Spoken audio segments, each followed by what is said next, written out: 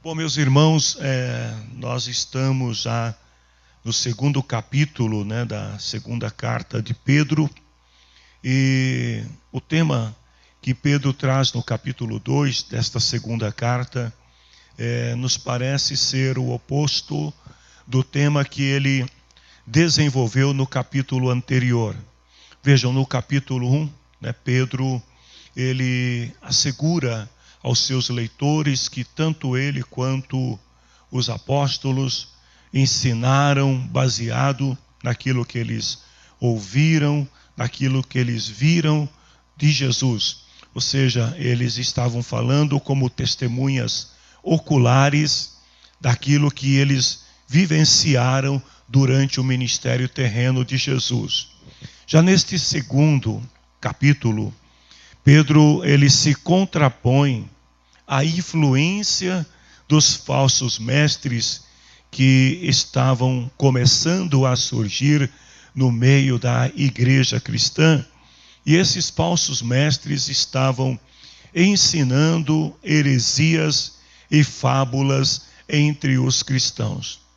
Então, quando nós consideramos a popularização dos falsos ensinamentos a que os cristãos primitivos foram expostos, se nós atentarmos para a história daquela época, a igreja ela tinha se estabelecido já por uns 30, quase 40 anos. Então muitas pessoas conheceram o Evangelho, aceitaram o Evangelho, mas no meio dessas pessoas vieram outras que trouxeram consigo influências do mundo pagão e começaram a ensinar outros cristãos coisas que não estavam de acordo com as Escrituras.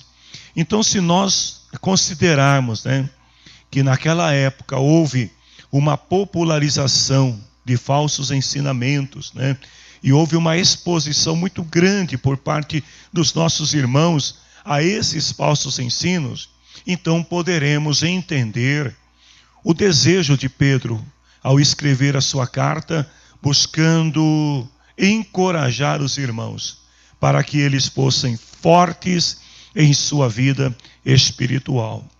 Então vejam bem, Pedro ele alerta os cristãos sobre esta guerra que eles deveriam lutar. E para lutar esta guerra contra as heresias, as fábulas que estavam surgindo entre os cristãos, Pedro equipa esses irmãos com uma armadura espiritual, que é o conhecimento da palavra de Deus, o ensinamento vindo da fonte de quem andou com Jesus, esteve com Jesus.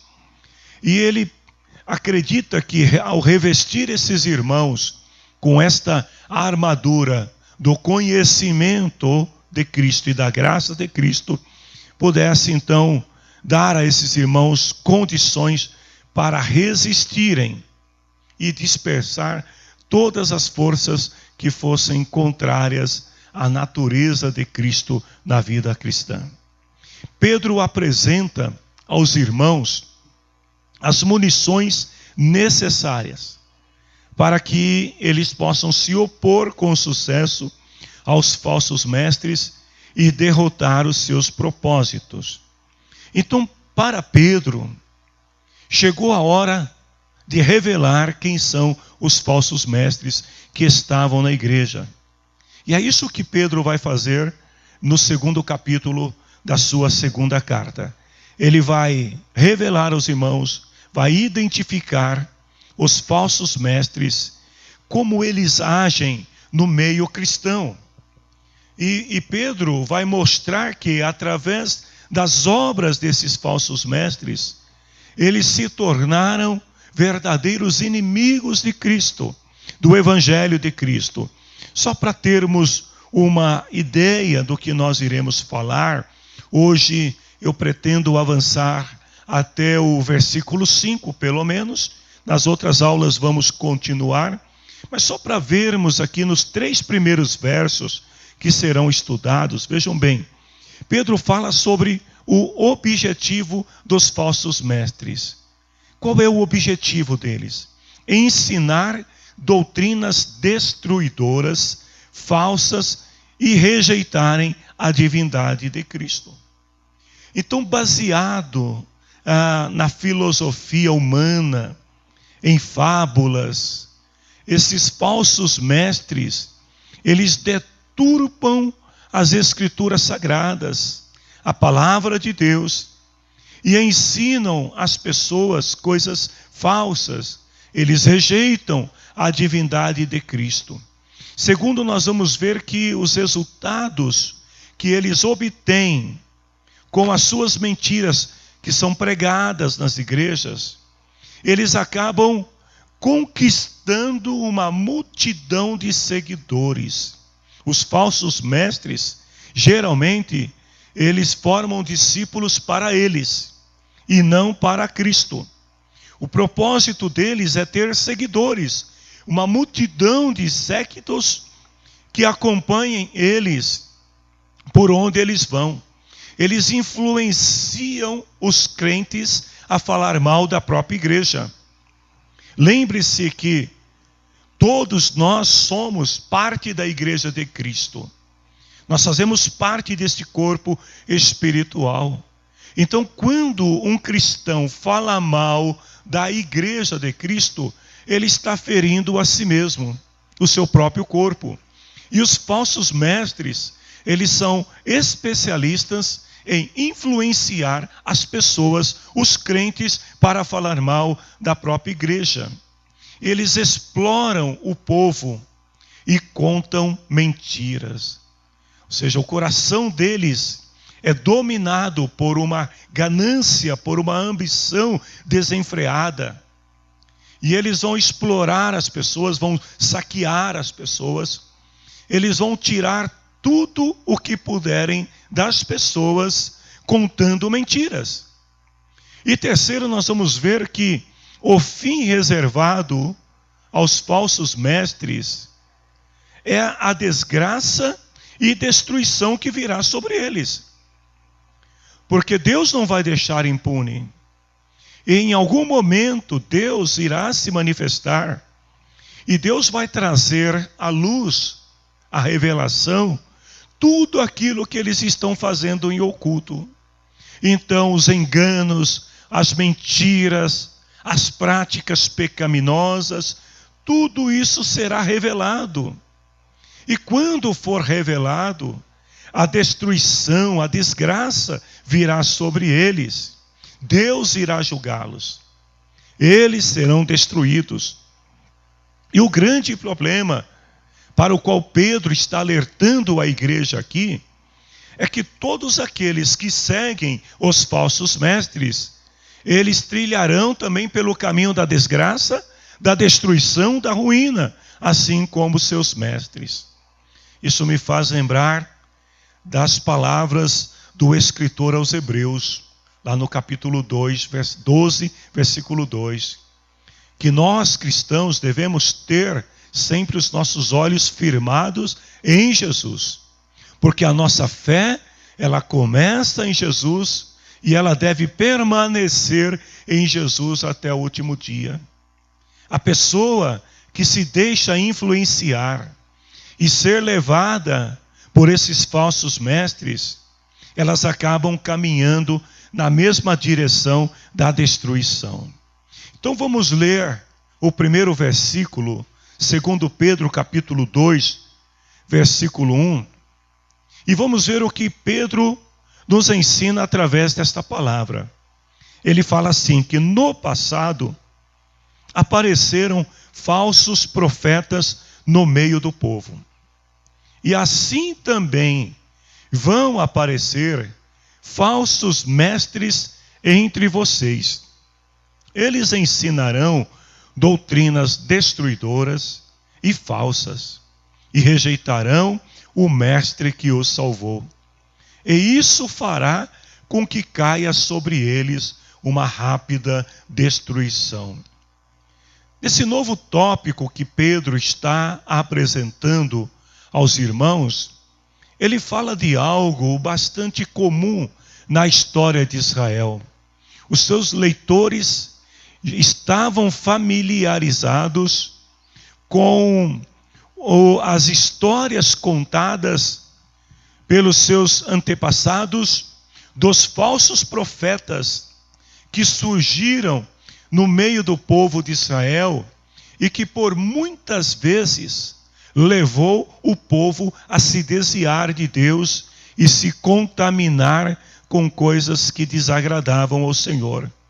Então Pedro está falando de algo que era comum, que era peculiar e que era presente na história daquele povo, os falsos profetas. Por isso que ele diz, olha, no passado apareceram falsos profetas. Vocês ouviram falar de Balaão, vocês ouviram falar de todos aqueles personagens que levaram o povo à destruição, Hofni, Finéias e tantos outros personagens que acabaram influenciando o povo negativamente. Aí Pedro traz, então, à memória dos crentes a batalha de Israel contra os falsos profetas do Antigo Testamento. Os profetas que mentiram para Acabe e o levaram à destruição. Os profetas que desafiaram Elias, 850 profetas, 400 de Baal, 450 de Astorete, que desafiaram o homem de Deus. Então, quando Pedro fala sobre falsos profetas, o povo compreende o que Pedro está dizendo. Aliás, abrindo aqui um parêntese para falar um pouco sobre a importância de dizermos às pessoas coisas que elas compreendam. Porque Pedro está fazendo aqui uma associação de uma grande verdade que ele vai trazer para os irmãos, de uma revelação. Ele faz uma associação com um fato histórico, que todo mundo conhecia. Então, em seguida, Pedro apresenta a sua oposição aos falsos mestres, que introduziram mentira, ou estavam introduzindo mentiras, no meio da igreja e levando o povo a pecar contra Deus. Estes falsos mestres, eles estavam cometendo dois agravos, dois pecados. Eles eram duplamente falsos. Primeiro, porque estavam ensinando mentiras ao povo. Então, o primeiro agravo, o primeiro pecado que eles estavam cometendo era ensinar mentiras ao povo. E o segundo é que eles estavam reivindicando para si o ofício apostólico. Porque esses falsos mestres não eram apóstolos de verdade. Eram falsos apóstolos. Eram falsos pastores que foram introduzidos sorrateiramente. Eles entraram na comunidade cristã e, de repente, eles foram conquistando posições. E isso também traz um alerta para os dias de hoje, porque nem toda pessoa que tem uma credencial de apóstolo, de pastor, de bispo, é de fato um homem de Deus, uma mulher de Deus. Pedro fala que essas pessoas, eles surgiram, entraram na igreja com o único propósito de enganar os cristãos e de se aproveitar da ingenuidade daqueles cristãos. Pedro repete aqui a advertência que Jesus já tinha feito aos seus discípulos. Então Pedro, ele está falando de algo que ele ouviu da fonte, que ele ouviu do próprio Cristo, lá em Mateus 24, 4 e 5. Olha o que Jesus disse para os seus discípulos. Jesus estava falando sobre os tempos que viriam, né? Denominado como os tempos do fim. Ele fala assim: tomem cuidado, para que ninguém engane vocês. Porque muitos vão aparecer fingindo ser eu, vão dizer eu sou o Messias e enganar muitas pessoas. Às vezes quando a gente ouve esta palavra, né, muitos vão aparecer fingindo ser eu, a gente imagina que todos os falsos profetas, os falsos mestres, eles vão querer assumir a identidade de Cristo como alguns personagens que existem, inclusive um aqui no Brasil, que não vou citar o seu nome, que diz: eu sou Cristo, abertamente. Mas não, muitas vezes esses falsos profetas e mestres, eles fingem ser Jesus, sabe como? Nas suas prédicas. Quando pregam, quando profetizam, quando revelam. Que eles dizem para a igreja: assim diz o Senhor, quando na verdade o Senhor não está dizendo. Eles estão se passando pelo Senhor. Eles estão se fingindo ser o Senhor e dizendo que Deus falou, assim diz o Senhor. Deus está dizendo, Deus está me mostrando. O Senhor diz para você, quando na verdade o Senhor não disse nada. Jesus falou assim: eles vão aparecer fingindo, vão dizer: eu sou o Senhor, eu sou o Messias, e vão enganar a muitos. Esta é uma advertência, né? A advertência que Pedro faz, portanto, é uma advertência apostólica, que nós vamos ver também Paulo, João, Judas fazendo as mesmas advertências aos irmãos sobre o perigo dos falsos mestres, dos falsos profetas, dos falsos líderes nas igrejas. Por exemplo, 2 Coríntios, capítulo 11, versículo 12 a 15. Paulo demonstra sua preocupação com os crentes de Corinto e alerta os irmãos para não aceitarem as mentiras que eram ensinadas pelos falsos profetas. Olha o que Paulo diz: o que eu estou dizendo, ou melhor, o que eu estou fazendo agora, eu vou continuar a fazer a fim de evitar que aqueles tais, aspas, apóstolo, fecha aspas, tenham motivo para se gabar e dizer que fazem um trabalho igual ao nosso. Aqueles homens são apóstolos falsos e não verdadeiros. Eles mentem a respeito dos seus trabalhos, se disfarçam, apresentando-se como verdadeiros apóstolos de Cristo. Gente, essa palavra, ela é tão contemporânea, né? Embora escrita há quase 2000 anos atrás, como alerta para a igreja de Cristo, essa palavra continua viva em nossos dias. Olha o que ele diz: eles mentem a respeito de seus trabalhos, eles criam histórias, contos, fábulas, eles falam coisas que não procedem, que não viveram, se disfarçam, apresentando-se como verdadeiros apóstolos de Cristo. E aí no versículo 14 Paulo fala: e isso não é de admirar. Ou seja, não é para você ficar impressionado com isso. Não é para você dizer: uau, nossa, eu não sabia. Paulo fala: pois até Satanás pode se disfarçar e ficar parecendo um anjo de luz. Até o diabo, ele pode parecer bom quando na verdade não é bom. Portanto, não é nada demais que os servidores dele se disfarcem, apresentando-se como pessoas que fazem o bem. Paulo estava dizendo aqui para os irmãos o seguinte: não se deixem impressionar pelas aparências, não se deixem impressionar pelas imagens, não se deixem impressionar pelo que dizem que estão fazendo, pelas obras. Ou seja, não se impressionem com alguém simplesmente porque esse alguém está fazendo o bem. Porque o diabo também pode se disfarçar de anjo de luz e pode praticar boas obras a fim de influenciar e enganar as pessoas. O apóstolo João, em 1 João 4:1, ele também instrui os crentes a colocar à prova os falsos profetas, para saberem se o espírito que eles têm vem realmente de Deus. Olha só, irmãos, todos nós devemos ouvir atentamente, né? Toda palavra que é pregada, que é ensinada em nome do Senhor. Toda profecia que nós ouvirmos, nós devemos ouvi-las atentamente. Mas nós devemos também ter o discernimento para saber se aquelas palavras que nós estamos ouvindo, elas procedem ou não de Deus.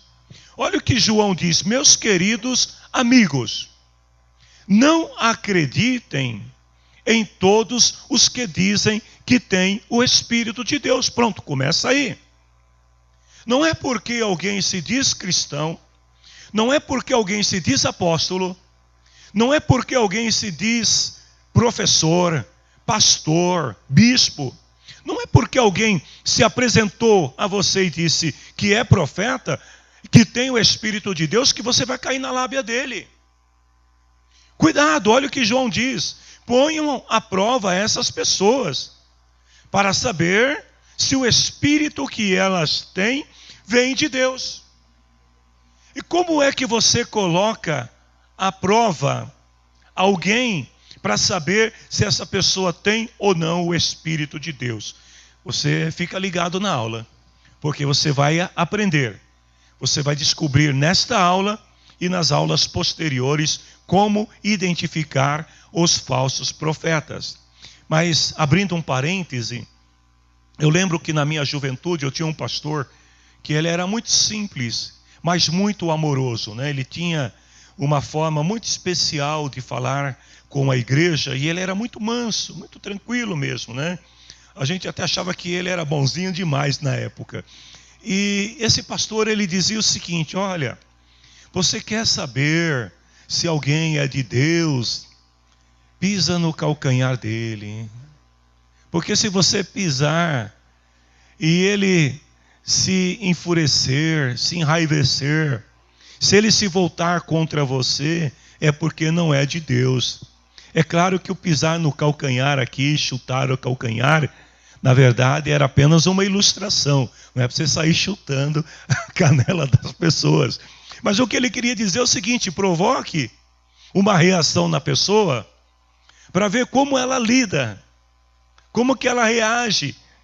Então, João diz assim: muitos falsos profetas já se espalharam por toda parte. E sabem aonde os falsos profetas estão, irmãos? Qual que é o lugar que eles mais gostam de estar? Posso falar para vocês? Vocês querem saber aonde? No altar. No altar e, segundo, nas casas. São dois lugares que os falsos profetas amam estar: no altar, falando para a igreja, e nas casas, influenciando os crentes vulneráveis. Por isso, muito cuidado, igreja, muito cuidado, pastores, com quem você convida para subir no altar e falar para a igreja. E muito cuidado, igreja, crentes, com quem você leva para tomar o chá da tarde ou almoçar na tua casa. Porque muitos falsos profetas já se espalharam por toda parte. Como é que surgem os falsos mestres? Judas capítulo 1, versículo 4. Olha o que Judas diz: que eles entram nas comunidades cristãs e secretamente introduzem heresias destrutivas.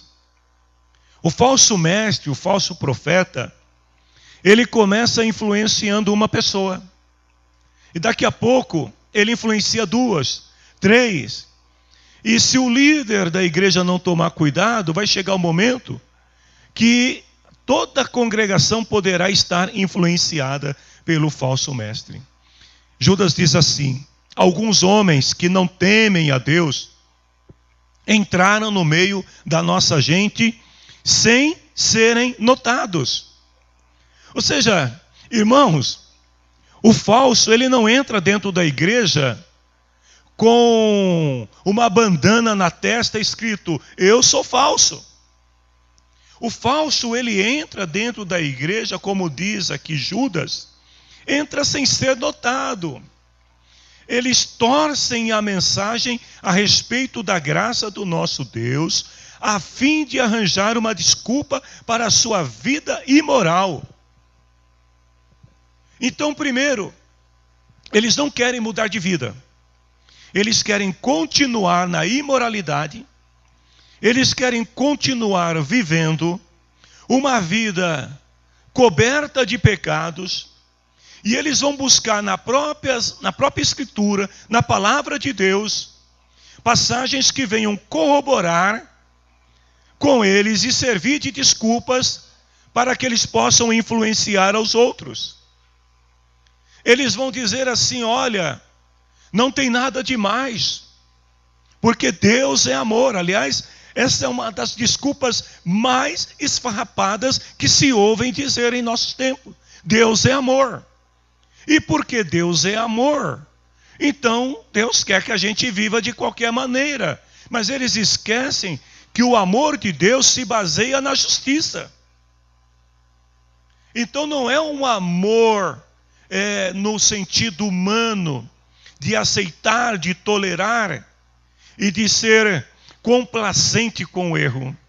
Mas é um amor que justifica o erro, para que a pessoa não continue pecando. Eles também rejeitam Jesus Cristo como nosso único mestre e Senhor, e há muito tempo que as Escrituras anunciaram a condenação que eles já receberam. Os falsos mestres ensinam heresias, mas o que é heresia? Vamos buscar uma definição no nosso dicionário, né, uma definição mais contemporânea, para nós entendermos o conceito de heresia. Heresia é uma ideia ou uma ideologia rejeitada pela igreja por ser considerada falsa.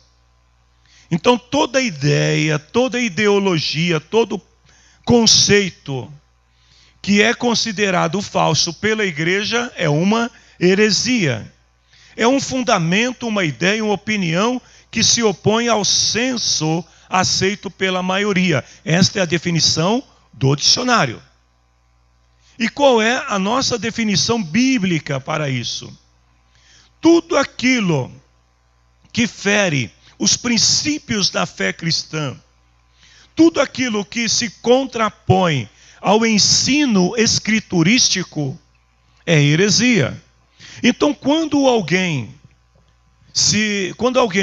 aceita uma ideia, um conceito, quando alguém passa a viver, praticar algo que contraria o que as Escrituras Sagradas ensinam e que estão relacionadas a princípios, vamos deixar bem claro, porque a Bíblia, ela ensina princípios, mas ela ensina também culturas, costumes que são contemporâneos, que fazem parte de uma época, de um contexto, de um momento.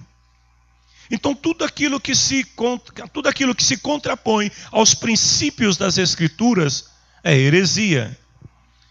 Qual é o resultado da heresia dentro da igreja, né? Pedro, ele usa esse termo para identificar os falsos mestres que vão introduzir doutrinas destruidoras e falsas com o propósito de destruir a vida espiritual e moral dos cristãos. Então a heresia que eles estão ensinando, ou seja, as atividades anticristãs que eles praticam, que eles ensinam, elas contrapõem-se à palavra de Deus e vão trazer destruição. E cá entre nós, irmãos, os falsos mestres, os falsos profetas, eles não estão preocupados com a tua saúde espiritual. Eles não estão preocupados que você tenha uma moral que esteja de acordo com o padrão estabelecido por Deus. Na verdade, eles querem te destruir. Eles querem que você se sinta fraco, fragilizado, fragilizada. E moralmente, que você também seja desmoralizado. Eu ouvi uma vez um certo líder, ele me contou uma experiência que eu achei um tanto quanto estranha. Ele disse que ele e outros líderes que faziam parte de um grupo, eles costumavam confessar um para o outro os pecados que eles praticavam. Então, por exemplo, um tinha cometido um adultério, ele contava para o grupo. O outro tinha cometido uma fraude fiscal, contava para o grupo. O outro enganou alguém, contava para o grupo. E aí eu perguntei para ele, mas qual a finalidade de vocês ficarem falando das coisas que vocês fizeram de errado no passado? E ele falou, Arão, você não entendeu. O negócio é amarrar o grupo. Eu falei, amarrar o grupo? Como assim? Como que você amarra um grupo? Ele falou, porque se eu sei o que você fez de errado, se você pisar na bola comigo, eu conto para todo mundo. Eu olhei aquilo, ouvi, eu não entendi muito bem não. Falei, eu não tenho nada para contar para você. Pensei comigo. O que acontece? Os falsos mestres, eles são muito astutos, porque eles vão envolvendo as pessoas de tal maneira que de repente a pessoa vai abrindo a sua vida e vai falando de coisas íntimas, particulares, privadas para esses falsos mestres. E depois chega um certo momento que aquela pessoa fica presa. Porque se ela tentar se libertar, aí vem o medo da pessoa ter os seus erros descobertos. E o que acontece? Ela então, ela fica presa àquele falso profeta.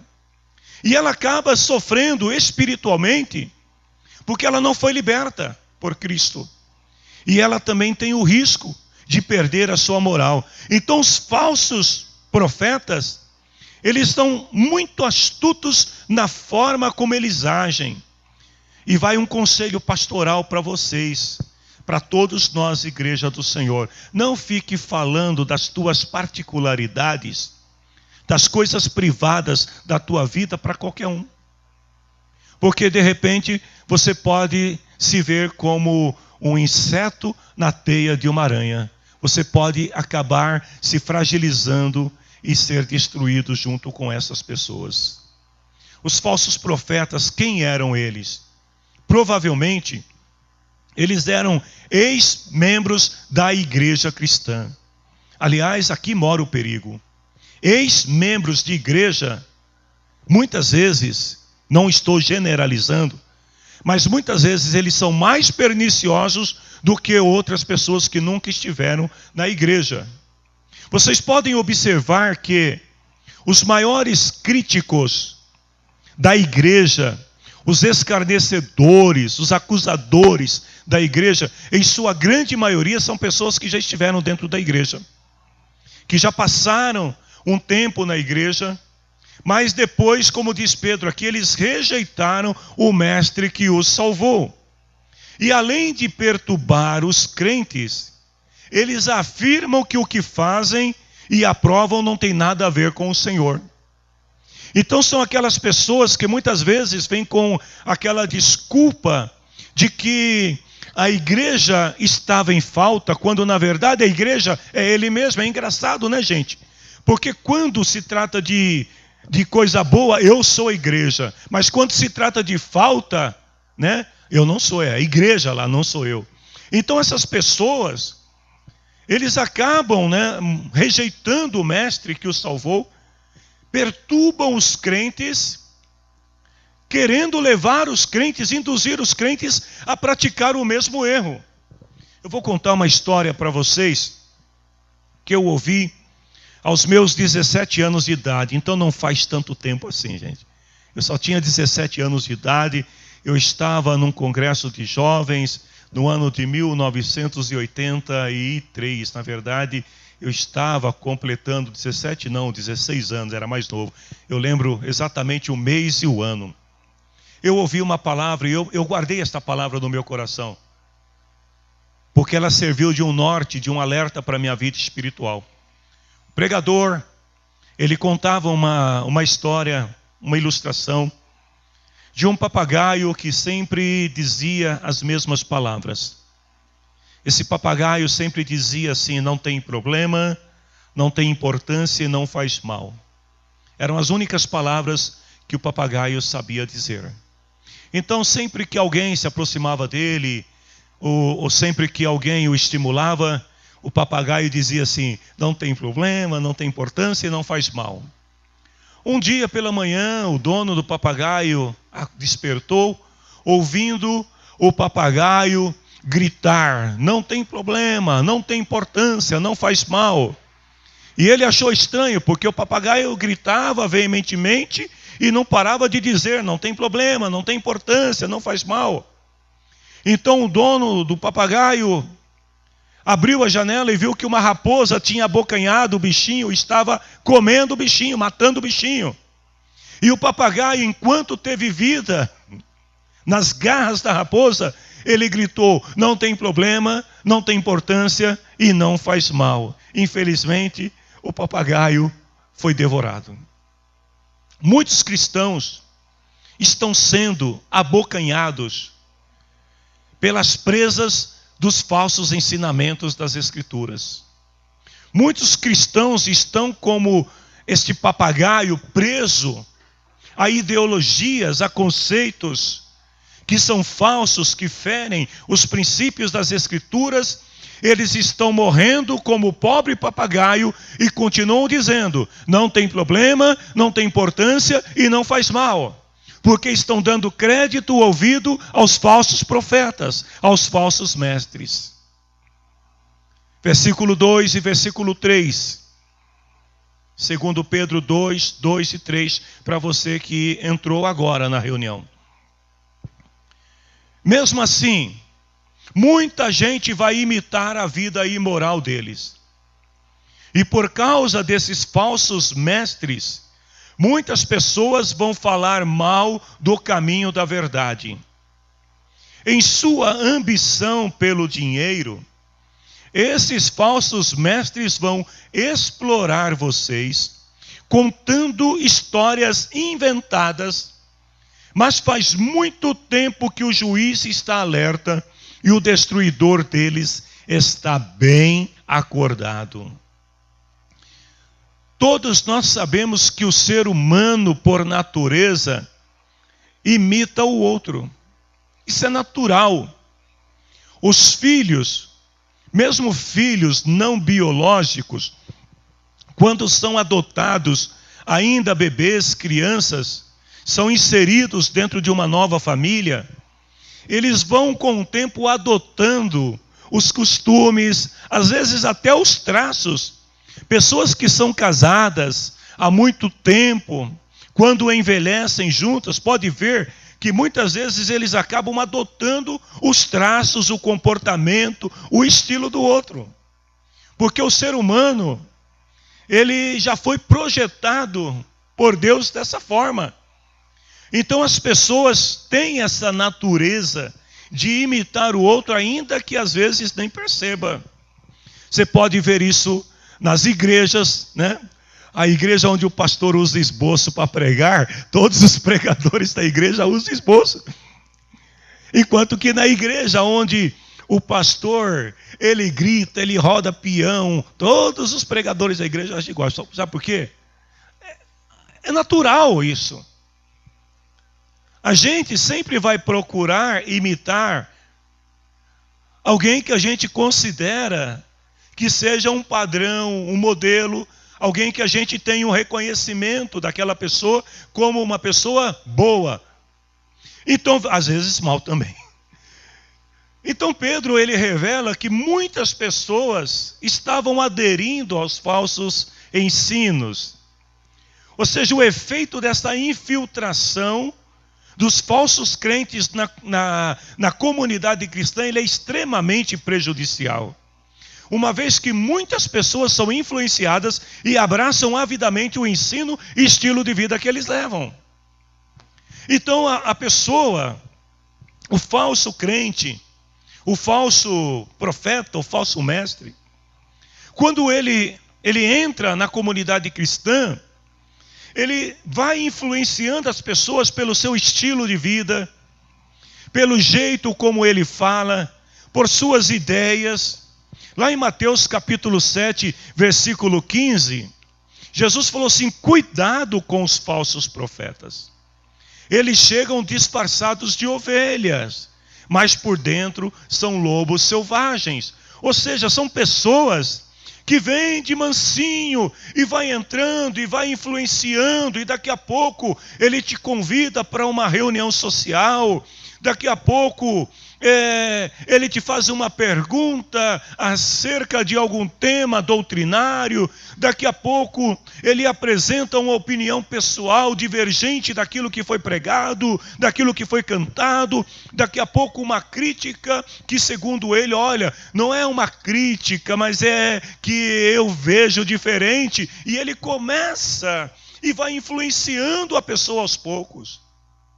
E daqui a pouco aquela pessoa que foi influenciada, está falando igual, está defendendo as mesmas ideias, está andando igual, se vestindo igual. Quais são as práticas vergonhosas e imorais que os falsos mestres praticam? O termo usado por Pedro aqui, na expressão imoral, na verdade está descrevendo os habitantes sexualmente imorais de Sodoma e Gomorra. A mesma expressão que Pedro está usando aqui, no versículo 7, vai dizer assim, que ele salvou Ló, um homem bom, que estava aflito porque conhecia a vida imoral daquelas pessoas, é isso? A vida daquela gente imoral, desculpe. Consequentemente, então o termo usado para imoral está relacionado a abusos e excessos sexuais. E o ensino e comportamento andam de mãos dadas, irmãos. Esta é uma grande verdade. Os falsos mestres, eles eram praticantes daquilo que eles ensinavam. Porque você conhece as pessoas pelo que elas dizem, pelo que elas falam. As palavras denunciam o caráter da pessoa. Talvez não no primeiro momento. Pode ser que no primeiro instante, como Jesus falou, eles chegam, não é que eles ficam, eles chegam disfarçados de ovelhas. Então alguém pode chegar e dando graça e paz do Senhor, amado, amada, irmão, irmã, vaso, varoa, sei lá, e por aí afora, usando aqueles jargões comuns, peculiares da comunidade cristã. Mas depois eles vão mostrando a face. E eles vão começar, então, a querer ensinar aquilo que eles acreditam, ainda que contrário à palavra de Deus. Mas eles não só ensinam, eles praticam também. É o que Pedro vai falar. E o resultado aqui inevitável é que muitos cristãos estavam adotando aquela maneira cristã, entre aspas, que os falsos mestres estavam ensinando. De repente, nas igrejas, é uma ilustração apenas de como poderia estar acontecendo naquela igreja. De repente, as imoralidades sexuais, os excessos de bebidas, que nós vamos ver Paulo falando isso lá em Efésios. De repente, alguns pecados começaram a entrar na igreja, e outros crentes começaram a dizer, não, isso é normal, porque fulano de tal faz isso, fulano faz. Uma vez eu lembro que eu estava com um pastor numa outra igreja onde eu fui pastor. Era uma igreja razoavelmente grande, ela tinha uns 400 membros, um pouco mais. E eu estava bastante preocupado com uma questão que tinha acontecido na igreja. Os jovens tinham ido para um retiro, um acampamento. E o resultado desse acampamento é que 2 jovens voltaram grávidas, mas era um acampamento espiritual. E eu chamei o líder dos jovens para conversar com ele, para encontrarmos uma forma de resolver o problema. Sabe o que o rapaz falou para mim? Pastor, isso é muito quadrado, pastor. O senhor está achando o quê? Que a gente foi para lá para quê? O cara falou desse jeito na minha frente. E o pior de tudo é que eu não podia excluir o sujeito. Primeiro porque ele era filho de um outro pastor. Segundo porque ele exercia uma influência muito grande sobre os jovens. E eu falei, se eu matar ele, eu mato meia dúzia ou um pouco mais. É melhor então eu tentar resolver sabiamente pela palavra. E aí com o tempo, um dia Deus permitiu, e quando eles menos esperavam, eu resolvi a situação da forma bíblica. Mas quantas vezes, irmãos, que a palavra de Deus está sendo pregada aqui do altar para a igreja, e as pessoas estão dizendo, tadinho do meu pastor, tadinho do irmão que está pregando, tá fora de contexto, o mundo mudou, o mundo não é mais assim. Pastor, você tem que se contemporaneizar. É assim que os falsos profetas agem. Eles ensinam e praticam, que é para poder influenciar os outros. Porque eles dizem, né, usando um jargão pentecostal, varão, você viu como Deus me usou, cara? Então, não tem nada a ver fazer isso ou fazer aquilo outro. Deus me usou, você viu? Na verdade, Deus não usou nada. Aquilo foi só emoção, foi só bagunça, barulho, ou às vezes até demônio. Mas o cristão fragilizado acaba se deixando levar. Queridos, o cristão, ele vive numa casa de vidro, onde os descrentes estão sempre observando o seu comportamento. Lembre-se disso. Você vive numa casa de vidro e a tua vida, ela é uma carta, como disse Paulo. Ela é escrita por Deus e lida pelos homens. Então as pessoas estão olhando para você e estão vendo o seu comportamento, as suas atitudes, a forma como você fala, como você reage. E quando o cristão comete o erro de aceitar uma falsa doutrina, de cair na imoralidade, lembre-se disso. Ele está envergonhando o caminho da verdade. É o que Pedro está dizendo. Que quando esta casa de vidro, que está exposta, e que todos veem, quando o crente se deixa levar pelo pecado da imoralidade, dos falsos ensinamentos, ele acaba envergonhando o caminho da verdade. É por isso que tem muitas pessoas que Paulo disse aos Gálatas que eles estão entre nós, mas eles são inimigos da cruz de Cristo. Eles dizem que são cristãos, mas eles estão prestando um desserviço ao Evangelho. Quando eles vão aos canais de televisão, quando eles vão aos veículos de comunicação em geral, às redes sociais, e aplaudem práticas pecaminosas e defendem certos pecados alheios, na verdade, eles estão desmoralizando o verdadeiro Evangelho de Cristo. Se você não tem algo bom para dizer, fique em silêncio. Às vezes é melhor o cristão ficar em silêncio do que querer falar de coisas que ele não compreende e acabar envergonhando o caminho da verdade. Qual é o objetivo dos falsos mestres? Cobiça. Cobiça, cobiça e cobiça. Eles têm interesse nos bens dos cristãos.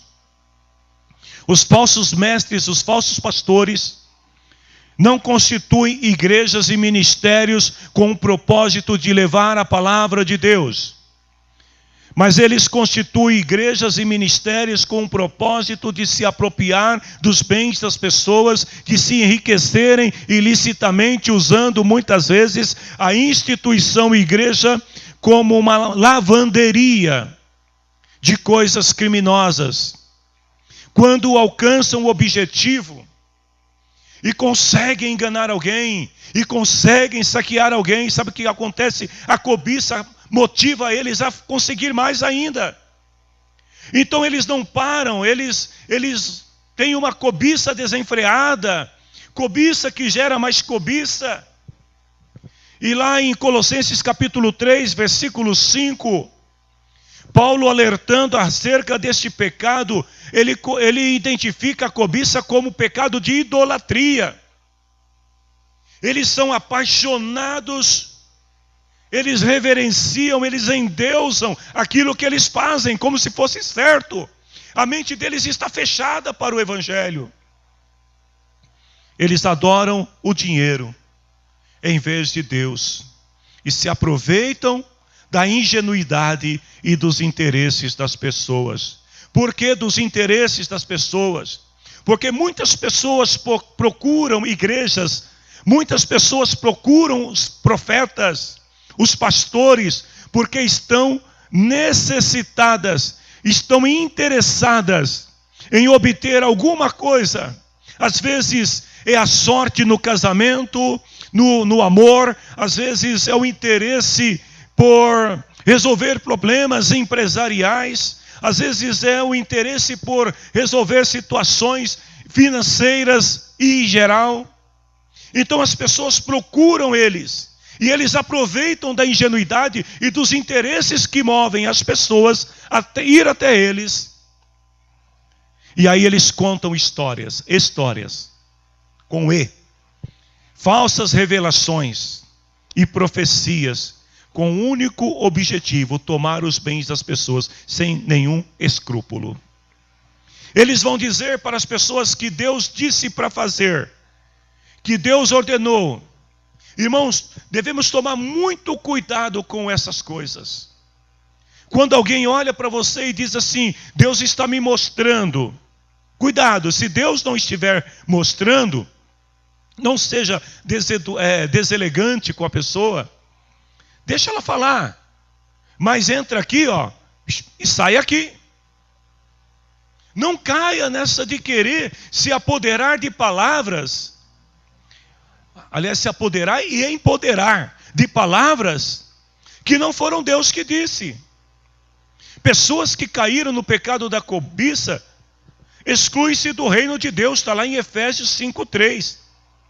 Qualquer tipo de imoralidade, de indecência, de cobiça, não pode ser nem mesmo assunto de conversa entre vocês. Na verdade, essas pessoas deveriam ter vergonha do que estão fazendo. Ah, mas se eu falar que eu sou contra determinado pecado, se eu disser que eu não concordo com certa ideologia, eu vou perder seguidores na minha rede social, eu vou perder investidores dos meus negócios. Deixa eu te fazer uma pergunta: você é de Deus ou você é do mundo? Porque Deus e o mundo não andam de braços dados.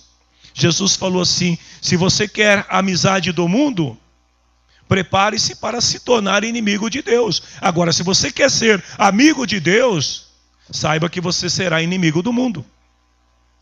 São dois sistemas, são dois reinos diferentes, regidos por princípios diferentes.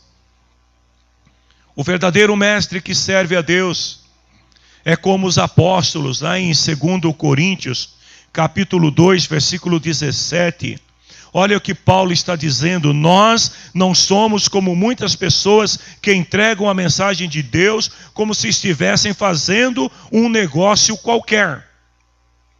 Pelo contrário, foi Deus quem nos enviou e por isso anunciamos a sua mensagem com sinceridade na presença dele como mensageiros de Cristo. Nós não falamos do que é conveniente para os ouvidos das pessoas. Nós falamos aquilo que está de acordo com a vontade de Deus e que será bom para as pessoas que ouvirem e aceitarem.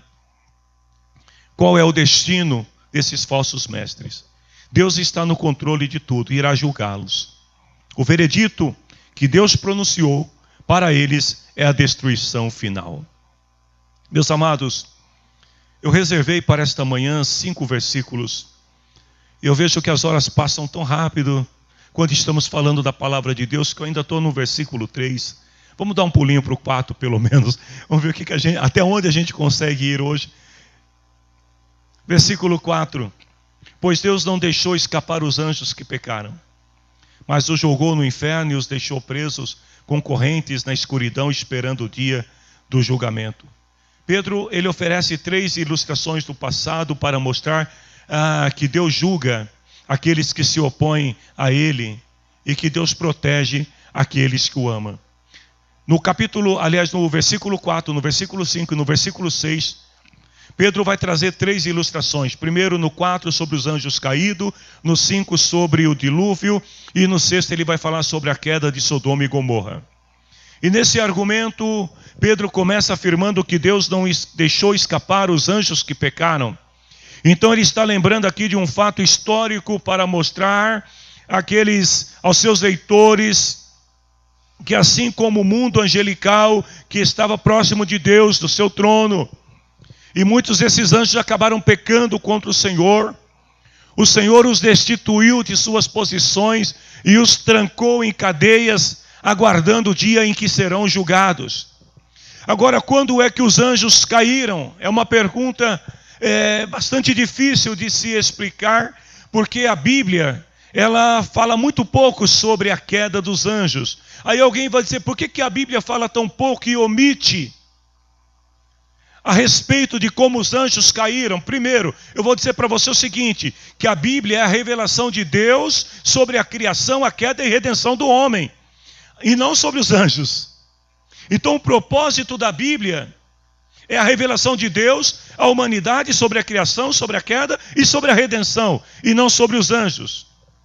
Porém, ainda que o mundo angelical seja citado superficialmente nas Escrituras, nós podemos entender que os anjos em algum momento se rebelaram contra Deus, e eles acabaram sendo afastados e foram trancados nessas cadeias eternas. Porém, os anjos, nós vamos ver o seguinte, que os anjos que pecaram foram lançados no inferno, como diz Pedro, mas Pedro apenas declara que os anjos pecaram, ele não fala qual foi o pecado que esses anjos cometeram. É claro que nós podemos ir mais a fundo nas Escrituras e podemos citar algumas passagens bíblicas que vão falar sobre a rebelião de Lúcifer, mas esses detalhes não são muito claros sobre exatamente o que aconteceu lá em cima. Como foi que isso começou, como que isso se originou, né? Em Judas capítulo 6, está escrito que lembrem dos anjos que não ficaram dentro dos limites de sua própria autoridade. Então, nós vamos entender que esses anjos, eles se rebelaram, eles quiseram sair da sujeição a Deus, da autoridade de Deus, talvez tentaram tomar o céu, mas abandonaram o lugar onde moravam, ou seja, eles caíram, né? Eles estão amarrados com correntes eternas lá embaixo na escuridão, onde Deus os está guardando para aquele grande dia, quando eles serão condenados. Agora vejam bem, Deus enviou os anjos caídos para o inferno, é o que Pedro está dizendo. Mas de onde surge esta palavra inferno? O que é o inferno? Eu vou dizer algo para você que talvez possa provocar um susto, né, na sua exegese bíblica em relação ao inferno. Mas a palavra inferno, na verdade, é uma linguagem tirada da mitologia grega. Inferno fala de um lugar chamado Tártaro, que era a morada para os ímpios.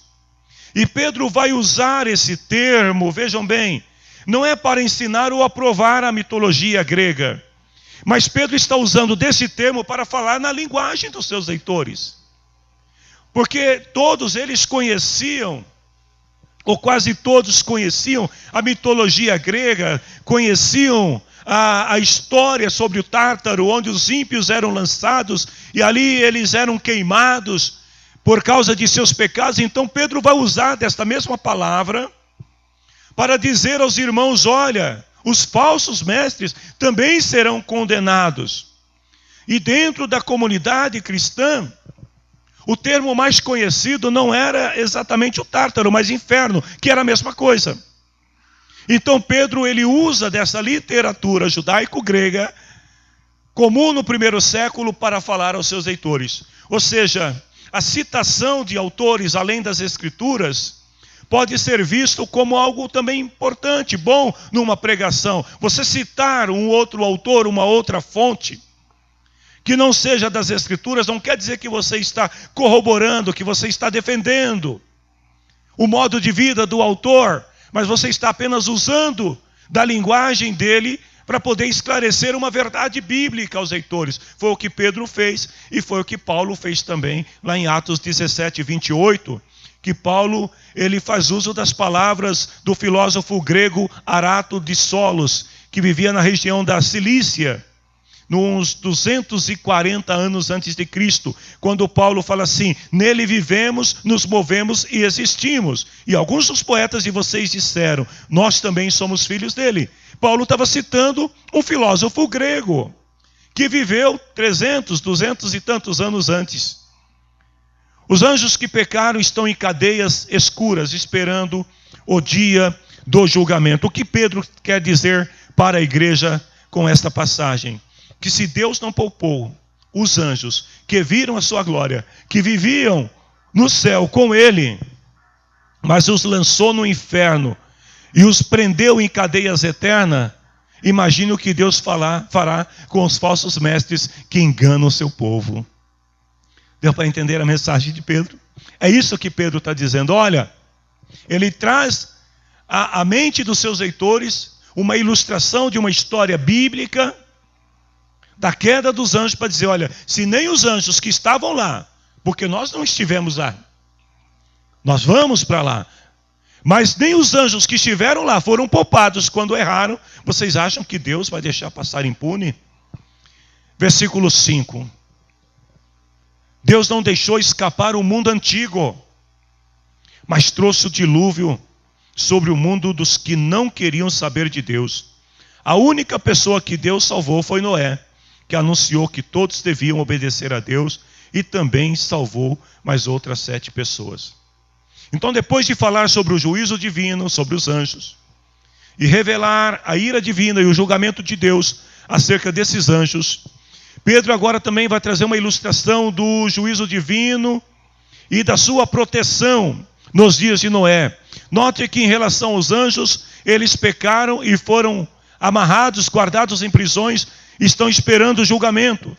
Mas em relação à ilustração de Noé, a gente já vê uma diferença. Porque Pedro mostra que Deus destruiu o mundo perverso, mas preservou Noé e a sua família.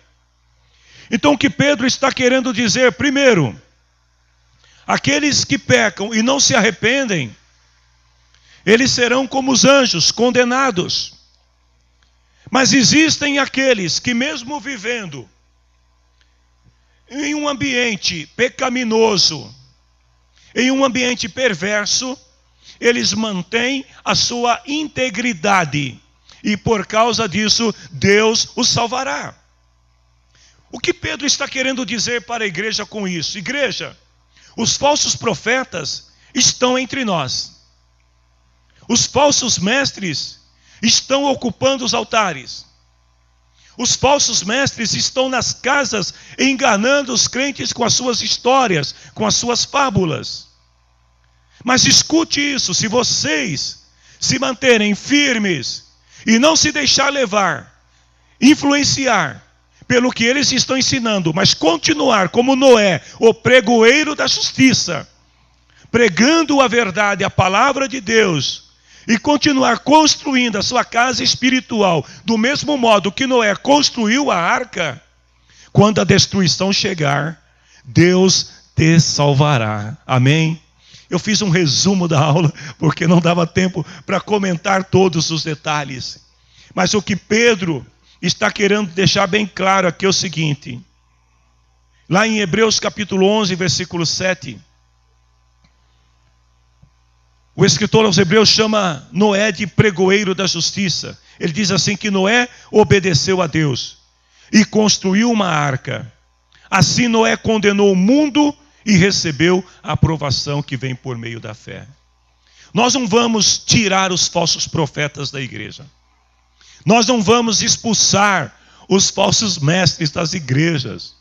Não adianta queremos fazer campanhas de oração.